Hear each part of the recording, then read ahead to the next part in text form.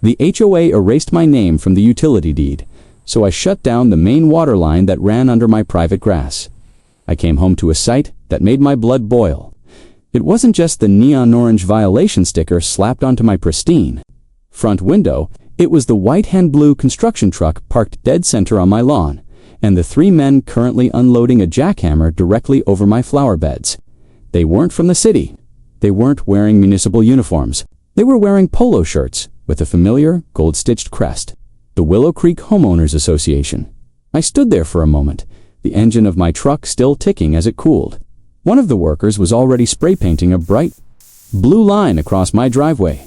The driveway I had spent $6,000 resurfacing just last summer.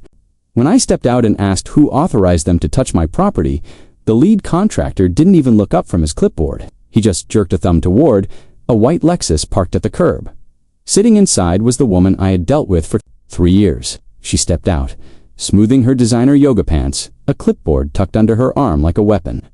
She looked at my lawn, then at me, with the kind of smug grin that told me she had been waiting for this confrontation all day. She didn't see a homeowner. She saw a target.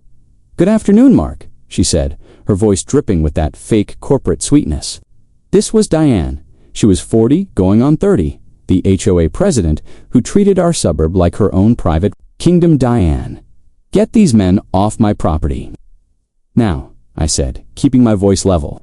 "I've learned that with people like her, losing your cool is giving them exactly what they want."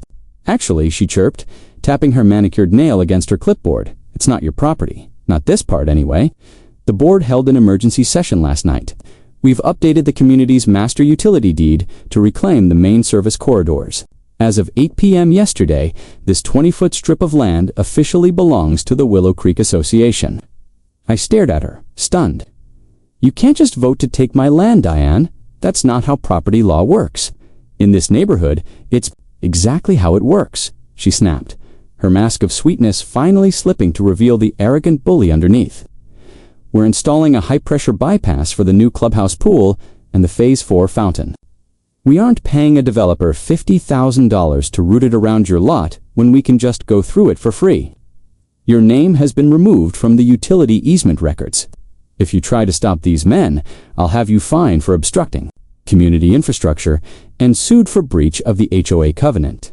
She stepped closer, smelling of expensive perfume and entitlement. "Face it, Mark, you're just a member. I'm the board. Now move your truck before I have it towed for being on HOA land." I didn't argue further. I walked inside, closed the door, and went straight to my basement office. Diane thought she was a genius because she had a digital database and a power-hungry board. What she didn't realize was that I am a man who keeps every single piece of paper I've ever signed. I pulled out the heavy fireproof box containing my original closing documents from 2014. Back then, this neighborhood was barely a concept. I was the second person to buy a lot here. I began cross-referencing my deed with the current county tax maps and the original subdivision plat. Every line I read built a cold, hard sense of suspense in my chest. Diane's emergency session relied on a standard clause in the bylaws about community utility easements. Most people in Phase 2 and 3 had their utilities running through a shared 10-foot strip. But my lot 001 was the original staging area. I found the 1974 service agreement that predated the HOA by decades. It wasn't a community easement at all. It was a private service license.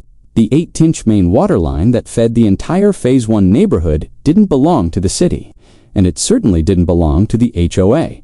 According to the original deed, the line was owned and maintained by the property owner of Lot 001, with a revocable usage permit granted to the developer by erasing my name from their utility deed to avoid paying me for the land. Diane had accidentally committed a massive legal blunder. She had officially declared that the HOA had no claim to the infrastructure on my property. If they didn't own the easement, they didn't own the pipe. And if the usage permit was revocable at the owner's discretion, the owner was me. Then the water flowing through that pipe was currently trespassing on my private land. I had the hard proof. Diane hadn't just stolen a strip of grass. She had legally handed me the off switch for the entire neighborhood. Here is what they didn't know. when Diane and her board erased my name from the utility deed to save themselves a few $1,000s. They legally severed the HOA's connection to that pipe. They had effectively reclassified a critical piece of community infrastructure as my own private plumbing. The next morning at 7 a.m., the jackhammer started. The vibration rattled my coffee mug. I looked out the window to see Diane standing on my sidewalk, pointing and barking orders like a general. I walked out, not with a lawyer, but with a heavy-duty street key and a certified copy of the 1974 license agreement. "Diane, this is your final warning," I said, my voice ice-cold. "Stop the work and vacate my property. You have no legal easement here." She laughed, a sharp, grating sound. "Mark, give it up. I already told you, we updated the records. That pipe is ours now. Boys, start digging." "Suit yourself," I replied. I walked over to the heavy iron cover of the main shutoff valve, right in the center of where they were about to dig. I slotted the street key into the valve, and with one powerful turn, I twisted it until it hit the stop. The sound was immediate, a deep, metallic thud, followed by a haunting silence.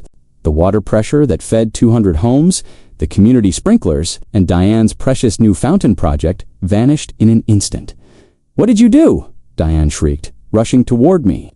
"I'm performing emergency maintenance on my private property," I said, leaning against the street key.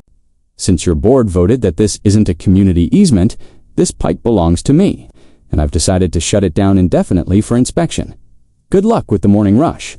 The silence was deafening, but it didn't last long. Within 30 minutes, phones across the neighborhood were blowing up. People were emerging from their houses with soap in their hair and toothbrushes in their hands, looking for answers. Diane was a frantic mess, screaming into her phone at the city water department, only to be told that they couldn't touch a private service line without a court order or the owner's permission.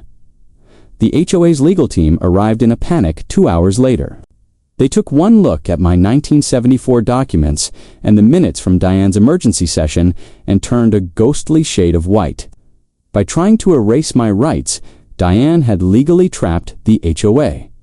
To get the water back on, they had to sign a formal infrastructure lease that cost them $15,000 a month, backdated to the day she started digging. They also had to pay $80,000 in restoration fees for my lawn and driveway, plus legal costs. Diane didn't just lose her presidency. The homeowners sued her personally for gross negligence, leading to a 6-figure settlement that forced her to sell her Lexus and her house.